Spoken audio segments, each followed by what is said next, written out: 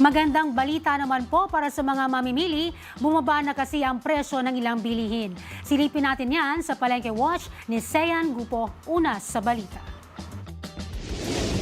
Pagpasok ngayon na ikalawang linggo ng Disyembre, good news agad ang bumungad sa mga mamimili dito sa Farmers Market sa Cubao. Kapansin-pansin kasi ang pagbaba ng presyo ng baboy at manok habang nanatili ring stable ang presyo ng baka. At kung ikukumpara pa sa price index ng Department of Agriculture kahapon, higit na mas mababa pa ang bintahan dito sa Farmers Market sa ilang karne at isda. Sa baboy, malaki ang binaba ng presyo kumpara noong nakaraang linggo na nasa 10 hanggang 30 pesos na bawas. Mula kasi sa 350 pesos ay bumaba sa 320 pesos ang pata. Ang kasim, pigi at pork chop naman ay 360 pesos na lang. At ang liempo na dati 470, nasa 400 pesos na lang ngayon. Sa manok naman, nasa 10 hanggang 20 pesos ang bawas kumpara noong nakaraang linggo. Halos dikit lang ito sa price index ng DA pero mas mura ng kaunti ang breast at whole chicken dito sa Farmers Market. Sa presyo ng baka, walang galaw mula pa noong nakaraang linggo.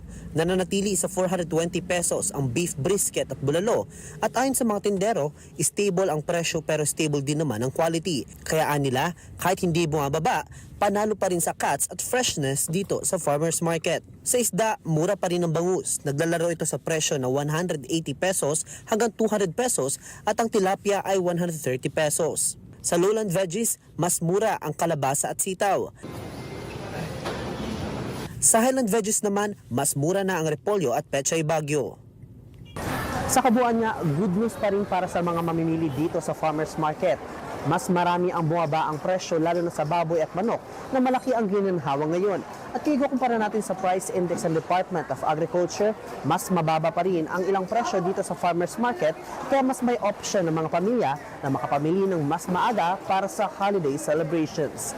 Nauna sa mga balitang totoo at laging bago, Sean Gupo ng D1 1206 para sa Alauna sa Balita ng Congress TV.